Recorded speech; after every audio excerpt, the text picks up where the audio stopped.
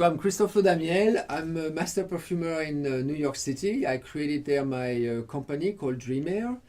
I started Perfumery actually by a coincidence. I studied chemistry in France. I have a master's degree from France.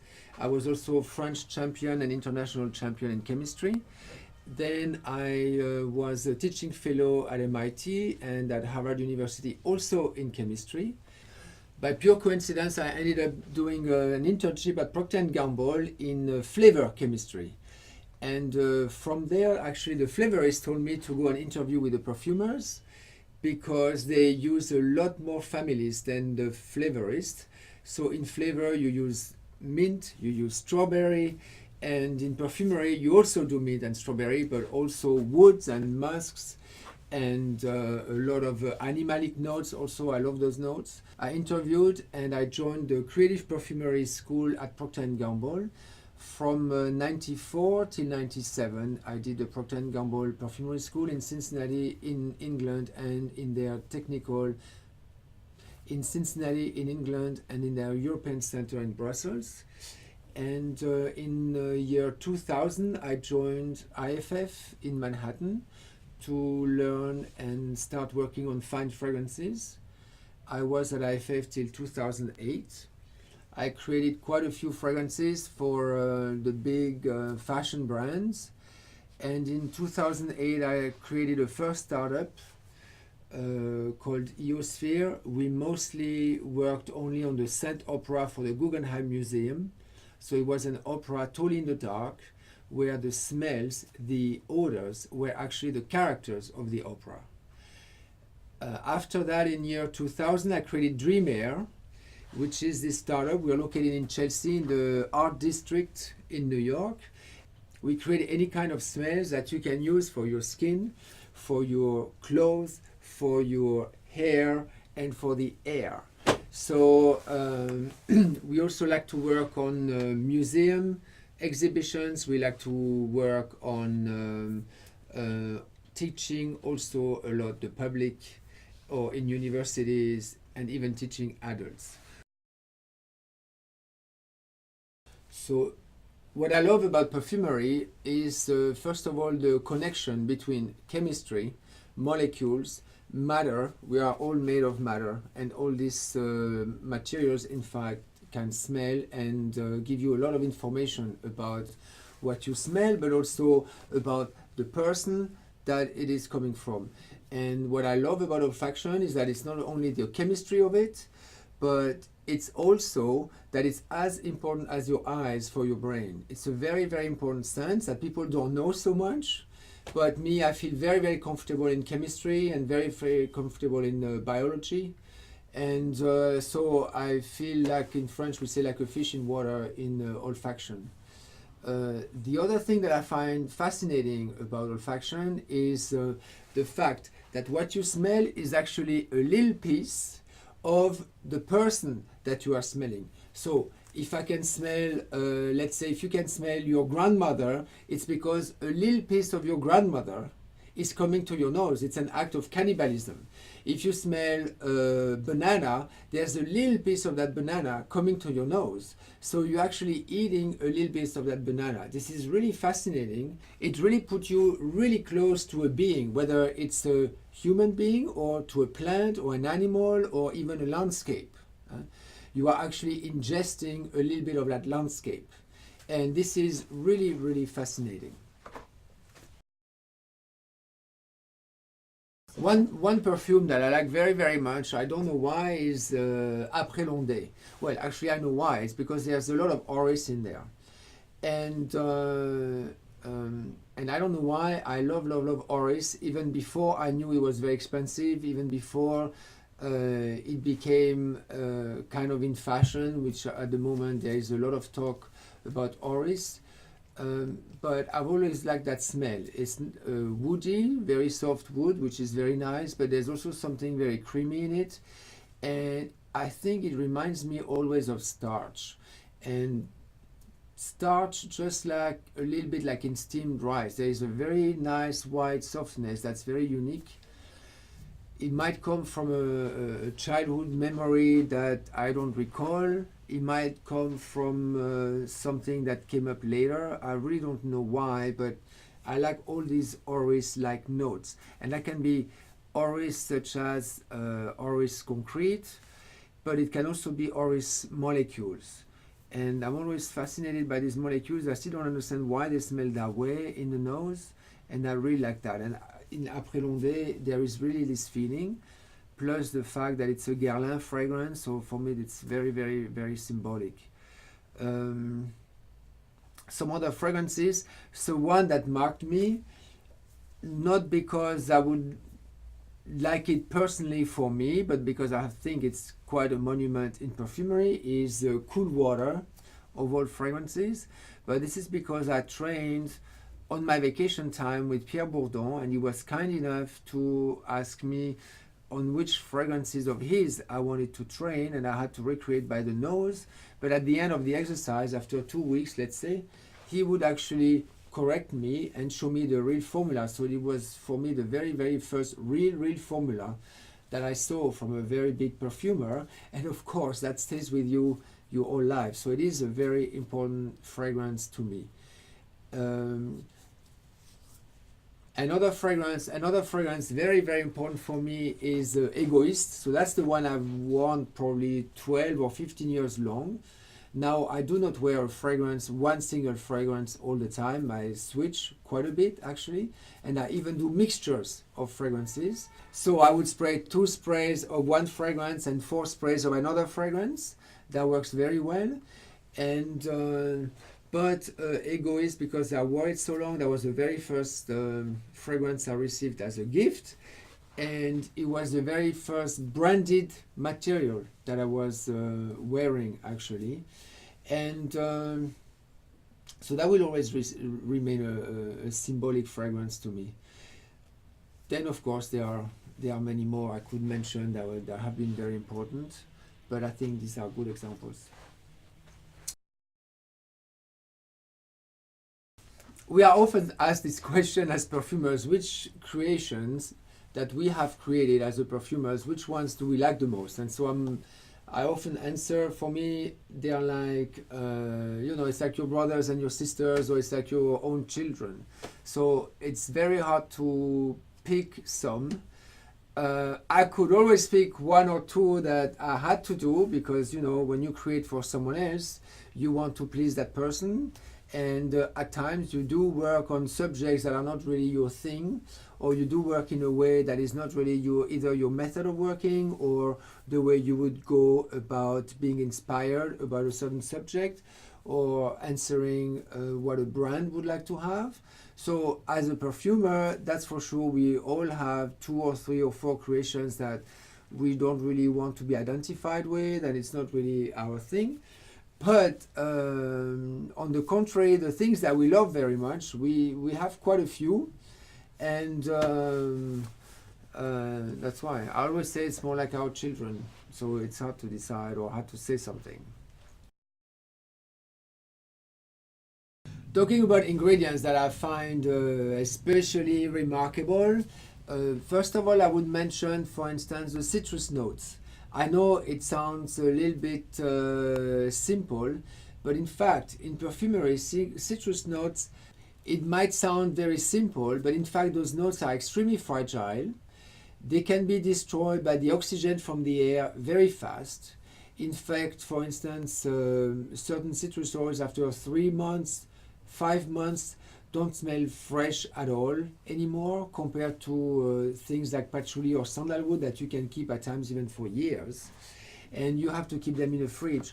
But also what makes them remarkable is that even when you use them with other fresh notes, they tend to disappear very fast. They are overwhelmed very fast by other notes, whether they are fresh or by other notes, thick notes. Like if you put a vanilla in a lemon, you break that zesty lemon feeling. And but even if you put a little green cut grass note in an orange, or same in a lemon, you can also become very chemical, interestingly enough. So those notes are very tricky to work with, very tricky to stabilize, very tricky to put on top of a fragrance. We use them a lot. We use them a lot in perfumery. But if you notice on the market, you rarely smell actually the real tanginess of those notes.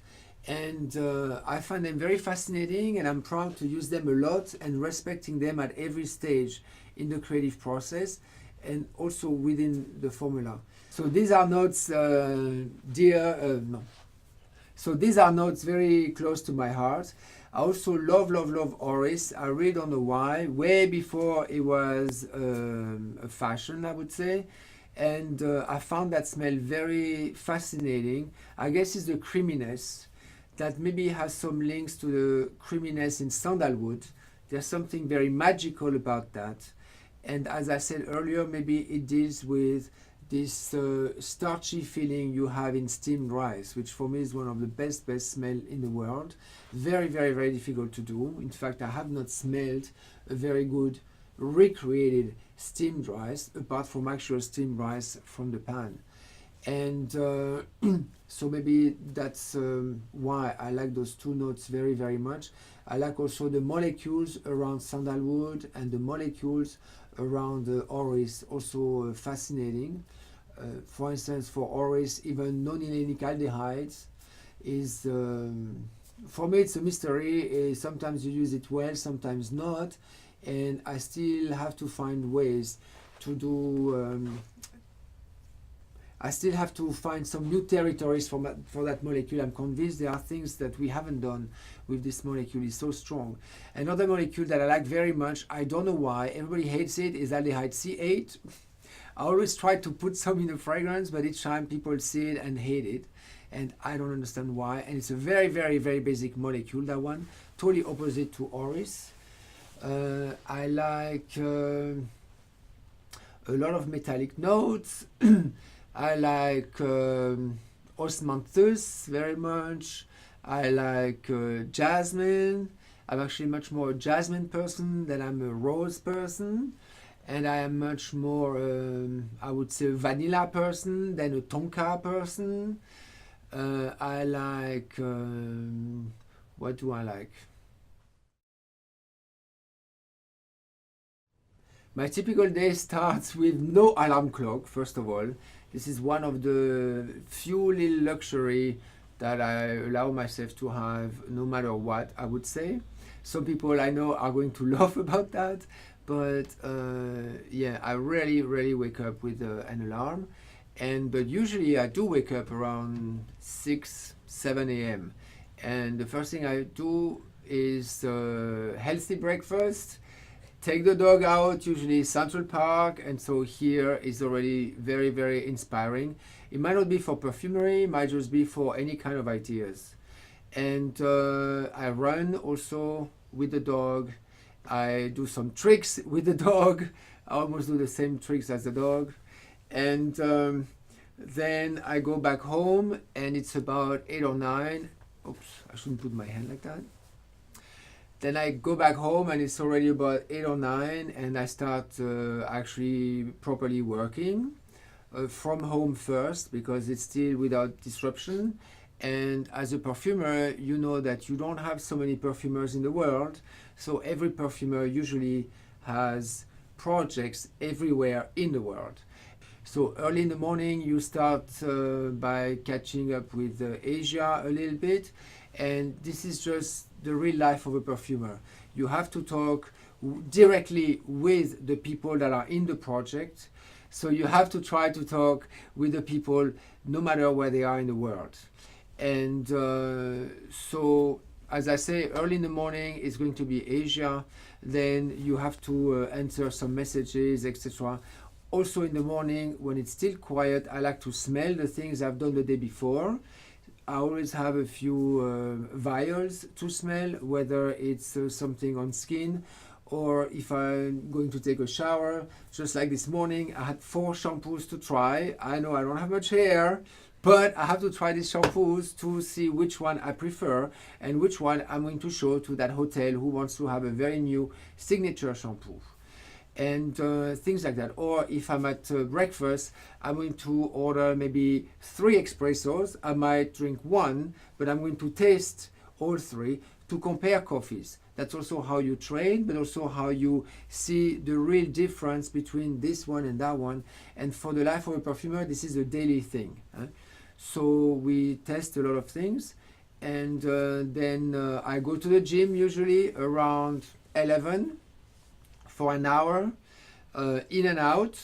And then finally around noon or 1 o'clock, I reach the lab where I have already all my team who have been weighing things that I've prepared the night before. So I arrive, I start smelling what they've prepared in the morning, and I rewrite some formulas so that they can go on for the afternoon, and I continue back and forth like that. And then I work usually late after my team has left. That's when I can concentrate again and start fine-tuning some scents.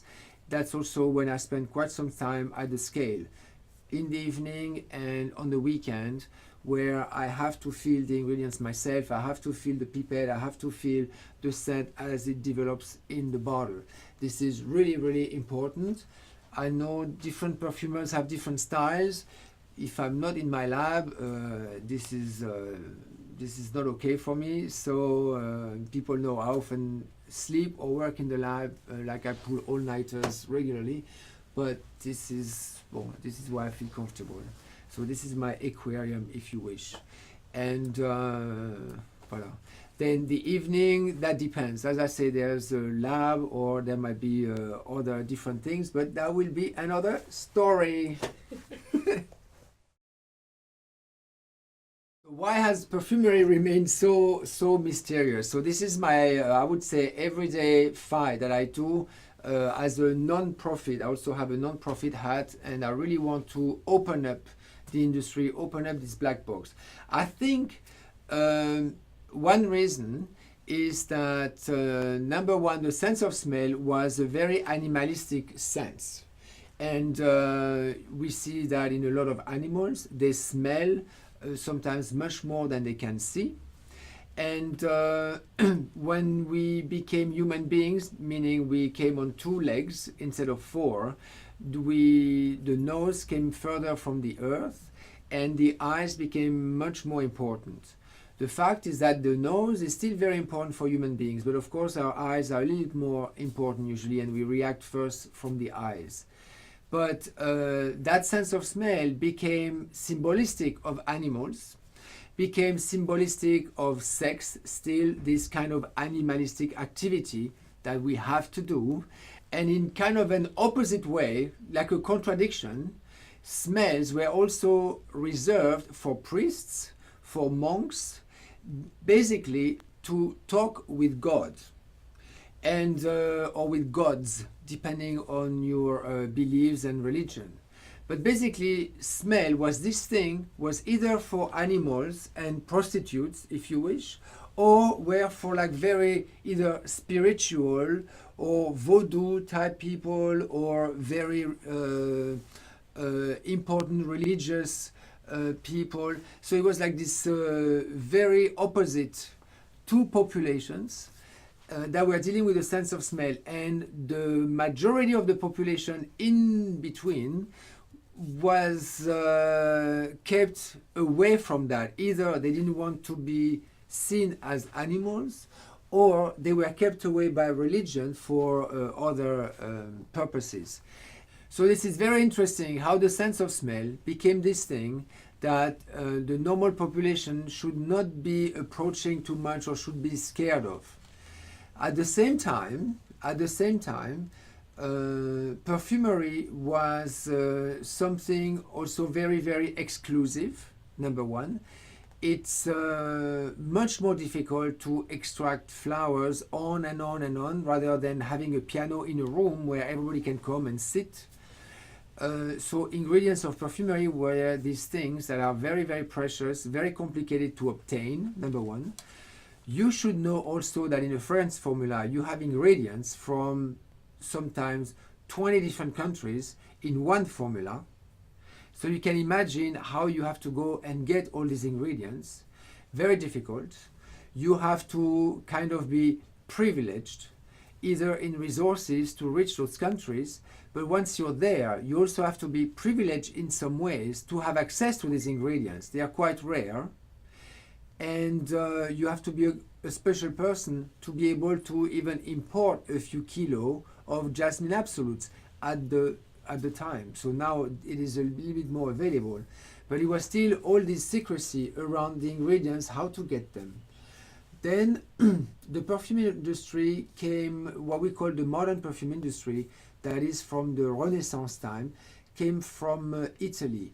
And we know that Italy was full of intrigues in those Renaissance times. It was the time of the Borgias, the time of Catherine de Medicis.